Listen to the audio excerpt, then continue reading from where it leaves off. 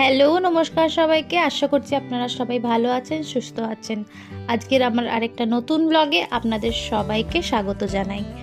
আজকে রবিবার আর এখন ঘড়িতে প্রায় সকাল 9:30 বাজে। আর দেখে তো মনে হচ্ছে না, দেখেন পুরো অন্ধকার হয়ে রয়েছে বাড়ি, কারণ বাইরে বেশ মেঘ করে এসেছে, কালো একদম। তাই বাড়ি একদম ঘুটঘুটে অন্ধকার হয়ে রয়েছে, ঘরগুলোতে একটু আলো নেই। বাইরে হালকা বৃষ্টি পড়া শুরুও হয়ে গেছে। চলুন তাহলে একটু বাইরে যাই। ওর বাবা আর মেয়ে নেই, ওর বাবার আজকে ছুটি। এমনি ওর বাবার শিফটিং ডিউটি থাকে, তাই শিফটিং ডিউটিতে রবিবার খুব কমই ছুটি থাকে। আর ওর বাবা আজকে ছুটি নিয়েছে, একটু শরীরটা খারাপ তাই ছুটি নিয়েছে। আর মেয়ে গেছে পড়তে। রবিবারে শুধু সকালটাই পড়া থাকে দুটো, তাও আজকে একটাই পড়া। সেই পড়াতেই ও গেছে, ওর বাবা বাজারে গেছে, মেয়েকে পড়তে দিয়ে একবারে বাজারে চলে গেছে। আর বাইরে একটু হালকা হালকা বৃষ্টিও শুরু হয়ে গেছে। মেঘ ভালোই করেছে, হয়তো বৃষ্টিটা বেশ ভালোই হবে। বৃষ্টিটা দেখে আজকে একটু মন খারাপ, কারণ একটু সন্ধেবেলা আজকে অন্যরকম প্ল্যান ছিল। ওই যে বললাম রবিবার ওর বাবা খুব কমই এরকম হয় যে ওর বাবার ছুটি থাকে। রবিবার সবার ছুটি, কিন্তু ওর বাবার ছুটি থাকে না। আসলে কদিন আগে ফাদার্স ডে গেল, তাই ফাদার্স ডের খাওয়ার পাওনাটা মেয়ের আর আমার, মেয়ের সাথে সাথে আমারও। কেন আমি আর বাদ যাব কেন? মেয়ের সাথে থেকে আমার একটা ভালোই হয় যে আমি সব পাওনাগুলোই পেয়ে যাই।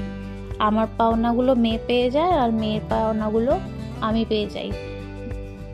মাঝখান থেকে ওর বাবা শুধু খরচা করে, মানে ওর বাবার পকেট থেকেই টাকাগুলো খসে। সে মাদার্স ডে হোক, প্যারেন্টস ডে হোক, ডটার্স ডে হোক আর ফাদার্স ডে হোক, সব কিছুতেই ওর বাবারই টাকা খসে। তাই একটা সন্ধ্যেবেলা অন্যরকম প্ল্যান করেছিলাম যে সন্ধ্যেবেলা একটু বেরিয়ে রাজকিবেনের একটা নতুন আউটলেট খুলেছে, সেখানে যাব। কিন্তু বৃষ্টি দেখে মনটা একটু খারাপ। আর এই রেন লিলিগুলো দেখেন কি সুন্দর কালারটা, খুব হয় জানেন আমাদের বাড়ির সামনেটা অনেকগুলোই ফুল হয়, কি সুন্দর কালারটা না। ফুল আমি ভীষণ ভালোবাসি। যাই হোক, তাহলে দেখি সন্ধে অবধি বৃষ্টিটা কেমন থাকে।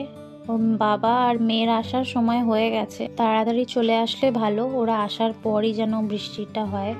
আকাশটা তো বেশ কালো হয়ে এসছে। আর এই যে আমাদের তুলি, ওর লেজ নাড়ছে কেন বলেন তো? ওর বাবা চলে এসছে বলে। ওর বাবা দূর থেকেই বুঝতে পেরেছে যে ওর বাবা চলে এসছে। আর এই যে ওর বাবা ঢুকছে গাদা বাজার নিয়ে, রবিবারের বাজার। তবে বেশি কিছু আজকে রান্না করব না, বলেই দিয়েছি। সন্ধেবেলা ঝড় আঁধি তুফান যাই হোক নিয়ে যেতেই হবে, কারণ অনেক দিন ধরেই ওর বাবা শুধু এই জিনিসটাকে পরের দিন আবার যাব, পরে যাব, এরকম করে অ্যাভয়েড করছে। কিন্তু আজকে তা চলবে না। এই যে এখনো খুব আদর খাবে, দুটো বিস্কুট খাবে, তারপরে ও যাবে এখান থেকে। ওর নাম হচ্ছে তুলি, সবাই এই পাড়ায় ওকে তুলি বলে ডাকে। ওর বাবাও চলে এলো। ওর বাবা কিন্তু ভিজিনি, কিন্তু মেয়ের আসতে আসতে বৃষ্টিটা একটু জোরেই পড়ছিল।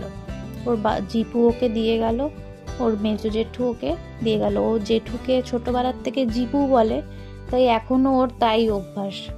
ও জিপুই, এখনো সেই জিপুই বলে। আর জিপু ডাকটাও খুব ভালো লাগে, খুব মিষ্টি লাগে না। আর আমাদের জল খাবারটা ওর বাবা আসার সময় নিয়ে এসেছিল। আজকে আমার শুধু দুপুরের রান্নাটুকুই রয়েছে।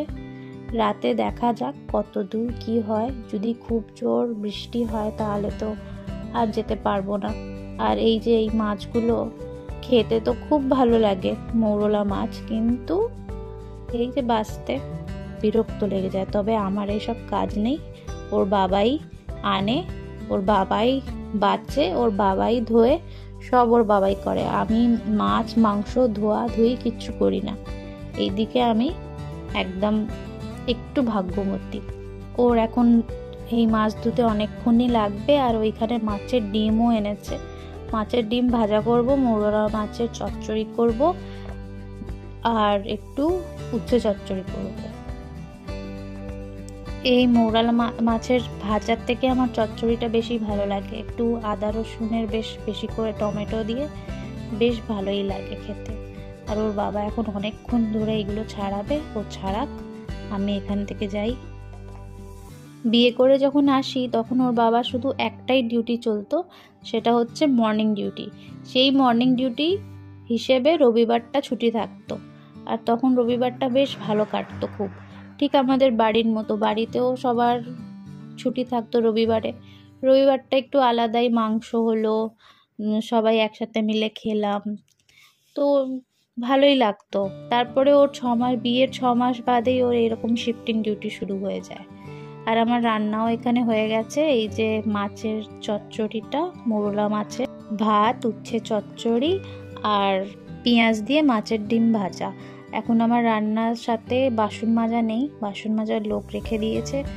কদিন ধরে না পিঠে বাত পাশটা প্রচণ্ড ব্যথা হচ্ছিল, মানে বাসন ধরতেই পারছিলাম না, আর দাঁড়াতেও পারছিলাম না, বসতে পারছিলাম না, শুধু শুলে কোনো কষ্ট হচ্ছিল না। তাই ওর বাবা আবার বাসন মাজার লোক রেখে দিয়েছে। আর এই যে আমার পার্সেলটা আমি খুলছি। আমি একটা আনিয়েছিলাম বডি ওয়াশ, আর এই বডি ওয়াশটা আমি অনেক দিন ধরে অনেক ভাইরাল হচ্ছে, তাই আমি ভাবলাম যে ট্যান, আমার রান্না করে করে হাত দুটো একদম ট্যানে ভরে গেছে, তাই ট্যান রিমুভ করার জন্য এই বডি ওয়াশটা আনিয়েছি কেমিস্ট অ্যাট প্লের। দেখি কেমন যায়, কেমন হয়। এত কাজের মধ্যে কি বলেন তো, শরীরের কোনো ত্বকের চুলের কোনো যত্ন নেওয়া হয় না। আর আমার চুলও প্রচণ্ড পড়ছে কদিন ধরে, এত চুল পড়ছে, আর চুল পড়ার স্ট্রেসে আরও চুল পড়ছে। কোন দিকে যাবে মানুষ জানি না। চলুন, মেয়ের পুজো দেওয়ার জন্যই বসেছিলাম, মেয়ের পুজো দেওয়া হয়ে গেল এবং আমার স্নানও সেরে নিয়েছি। এবার খেয়ে দিয়ে আপনাদের সাথে বিকেলে দেখা করছি, ঠিক আছে? এখন প্রায় 4টে বাজে বিকেলের। বাইরেটা একটু মাথা আঁচড়াতে এলাম, দেখলাম একদম বৃষ্টি পড়ছে না, আকাশটা খুব সুন্দর, কিন্তু গরমটা একটু বাড়িয়ে দিয়েছে, বেশ গরম করছে। বিকেলের দিকে আমি মাথাটা বাইরেটাই আঁচড়াই, কারণ এত চুল পড়ছে, বাড়ি ময় শুধু চুলে চুল হয়ে যায়, তাই চেষ্টা করি যতটা পারি বাইরেটাই মাথা আঁচড়াই। তাই মাথা আঁচড়াতে দেখে যে বেশ ভালোই ওয়েদারটা, চলো তাহলে এবার বেরোনো যাক। আর ফাদার্স ডে, ফাদার্স বেটি বেরিয়ে পড়েছে, আর আমিও সেজে গুজে রেডি। আর এবার অপেক্ষা ফাদারের। আর ওই যে ফাদার বেরোচ্ছে। এই গেঞ্জিটা আমার মেয়ে ওর বাবাকে গিফট করেছে ফাদার্স ডেতে। এরকম আরেকটা গেঞ্জিও গিফট করেছে, এটা একটু খয়েরি কালার আর এটা কালো কালার, তাই ওর বাবা আজকে কালোটা পরলো। তাহলে চলুন যাওয়া যাক, কিছুটা পথ হেঁটে যেতে হবে, তারপরে টোটো ধরবো মেন রোড থেকে। আর ওই যে মেন রোড দেখা যাচ্ছে, মেন রোড থেকে টোটো ধরে একদম নৈহাটির রাজকেবিন।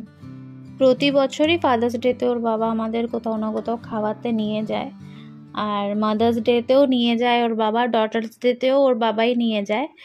আমাদের আর কে আছে বলেন গাইজ, ওর বাবাই তো সব আমাদের এই জগতে, আমাদের আর কে আছে, তাই ওর বাবাই সব, তাই ওর বাবাকেই নিয়ে যেতে হবে। টোটো ধরে বেরিয়ে পড়েছি, তাহলে চলুন যাওয়া যাক।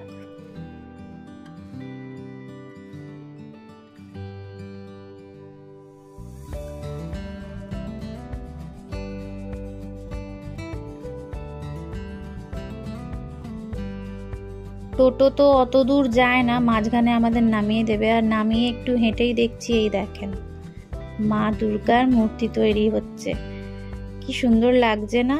আমি আবার এখানে থমকে গেলাম, ওরা এগিয়ে গেছে অনেকটাই, আমি আবার পর ভাবলাম যে একটু ভিডিও করে নিই। কি সুন্দর লাগছে, পুজো পুজো ভাব, তাই না? কদিন বাদেই পুজো, আর কদিনই সেটা বলা যায় আমাদের জন্য, কেন এই 90 দিন, বেশি দিন লাগবে না যেতে, তারপরে হুশ করে ওই 5টা দিনও চলে যাবে।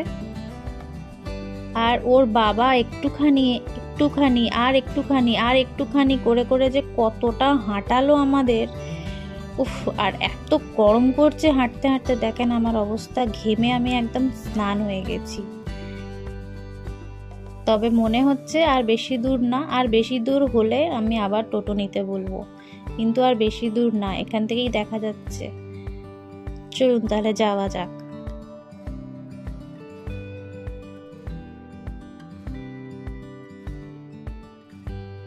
আর এই যে রাজ কেবিনের নতুন আউটলেট, মেডিকোয়েস্টের একটু পরেই রাইট সাইডেই। এই যে কি সুন্দর বানিয়েছে, খুব সুন্দর, বাইরের থেকে তো খুব সুন্দর লাগছে। চলুন তাহলে ভেতরে যাওয়া যাক। এই মে মাসেই এর উদ্বোধন হলো, আমাদের ফেসবুকে এসেছিল, তখনই ভেবেছিলাম যে যেতে হবে তাহলে একদিন, আর বিরিয়ানি খেতে হবে। সেই আগের রাজ কেবিনের বিরিয়ানিটা খুব মিস করি। যখন বিয়ের আগে মামাবাড়ি আসতাম তখন রাজ কেবিনের ওই যেটা পুরনো রাজ কেবিন সেখানেই খেতাম, খুব মিস করি ওই বিরিয়ানি, খুব ভালো লাগতো। দেখি আজকে বিরিয়ানির সেই স্বাদটা পাই কি।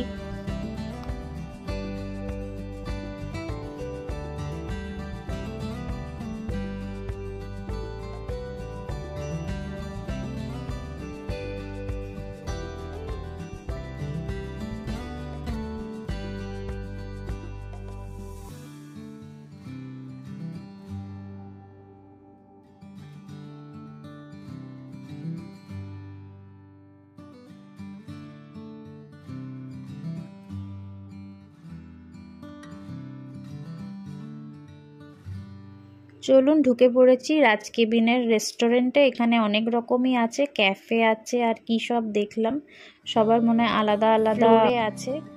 আমরা ডিনার করব তাই রেস্টুরেন্টে ঢুকলাম, আর বেশ সুন্দর করেছে সব কিছু, বেশ সুন্দরই।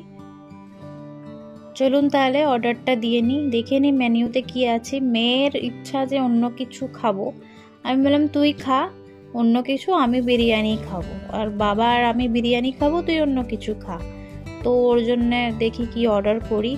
আমি জানি ও বিরিয়ানি খাবে, ও বিরিয়ানি প্রেমী, কিন্তু জাস্ট আমি বলে রাখলাম, এবার ওর ব্যাপার, ও যেটা খাবে খাবে।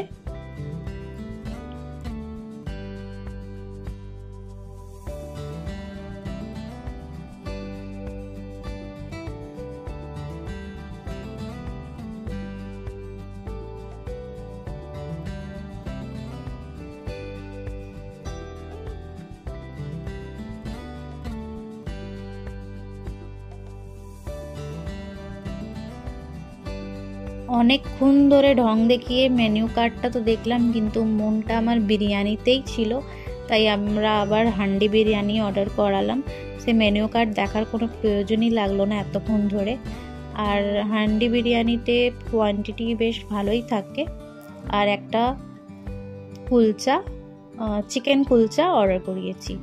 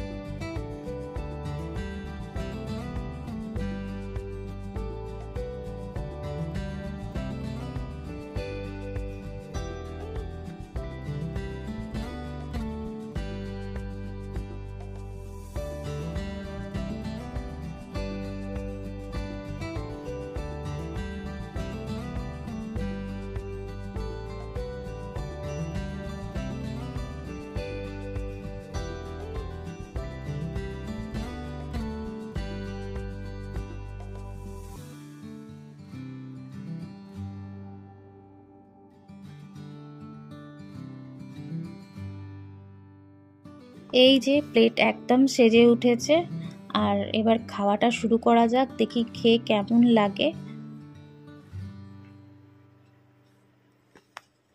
বেশ ভালোই করেছে বিরিয়ানিটা, কিন্তু আগেকার মতো সেই স্বাদটা নেই, সত্যিকারে বলছি। কিন্তু এমনি ভালো, এমনি সব কিছুই ভালো। চিকেনের পিসগুলোও বেশ অনেকগুলোই দিয়েছে, আর হান্ডি বিরিয়ানির কোয়ান্টিটিটাও বেশ অনেকটাই, আমাদের 3 জনের মতো আরামসে হয়ে গেল। কুলচাটা নিয়ে এবার আমরা একটু ভাবনা চিন্তা করছি যে খেতে পারবো কি পারবো না, কিন্তু অর্ডার করেছি যখন খেতে তো হবেই। চলুন তাহলে এবার তাড়াতাড়ি করে পেট ভরে খাই, প্রচণ্ড খিদে পেয়ে গেছে। আর ওর বাবা আজকে এত হাঁটিয়েছে, মানে আমার হাঁটাতে হাঁটাতেই আমার 1 কিলো ওজন কমে গেছে, সেটা এখন খেয়ে উসুল করে নেব।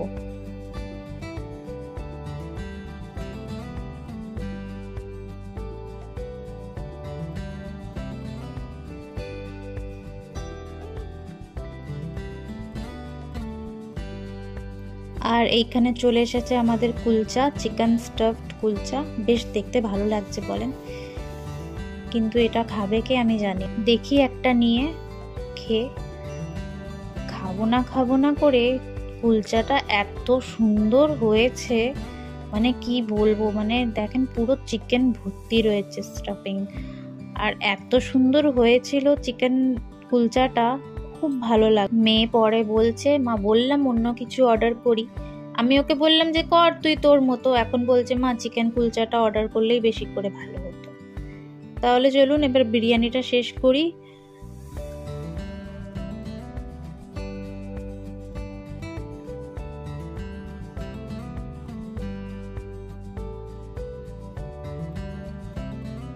এতক্ষণ তো খুব চামচো করে খাচ্ছিলাম, বাড়িতে তো জীবনে খাই না চামচো করে, আমার হাতই ভালো, আমি হাত ছাড়া খেতে পারি না, কিন্তু এতক্ষণ ধরে খুব চামচের ঢং দেখিয়ে দেখিয়ে খাচ্ছিলাম। কিন্তু চিকেন, এই যে চিকেনের ঠ্যাংটা কি করে চামচে করে খাই বলেন তো। আর আমার মেয়ে তো প্রথম থেকে একদম হাত দিয়ে শুরু করে দিয়েছে। সত্যি হাত ছাড়া খাওয়াও যায় না, আমরা ইন্ডিয়ান মানুষ, আমাদের কালচার শুধু হাত দিয়েই খাওয়া, আর হাত ছাড়া কি খাওয়া যায়? মানে স্পুন ধরতে গেলেও হাত লাগে, কিন্তু শুধু হাতে না খেলে পেটই ভরবে না। আর এই যে আমাদের খাওয়া দাওয়া এবার কমপ্লিট, একবার পুরো জায়গাটা সুন্দর করে ভিডিও করে নিই, আবার আসবো, কবে আসবো জানি না, কিন্তু আসবো। আর আমরা বাইরে বেরিয়ে পড়েছি, এবার বাড়ির জন্য রওনা নিই। খুব ভালো খেলাম আজকে, ফাদার্স ডেটা খুব ভালো এনজয় করলাম সবাই মিলে, আর ডিনারটাও দারুণ হলো। তাহলে চলুন আজকের ব্লগটা এই পর্যন্তই। আশা করছি আপনাদের সবাইকে আমার আজকের ব্লগ ভালো লেগে থাকবে। সবাই খুব ভালো থাকবেন, সুস্থ থাকবেন, আনন্দে থাকবেন। তাহলে আজকের মতো এইটুকুনি, টাটা।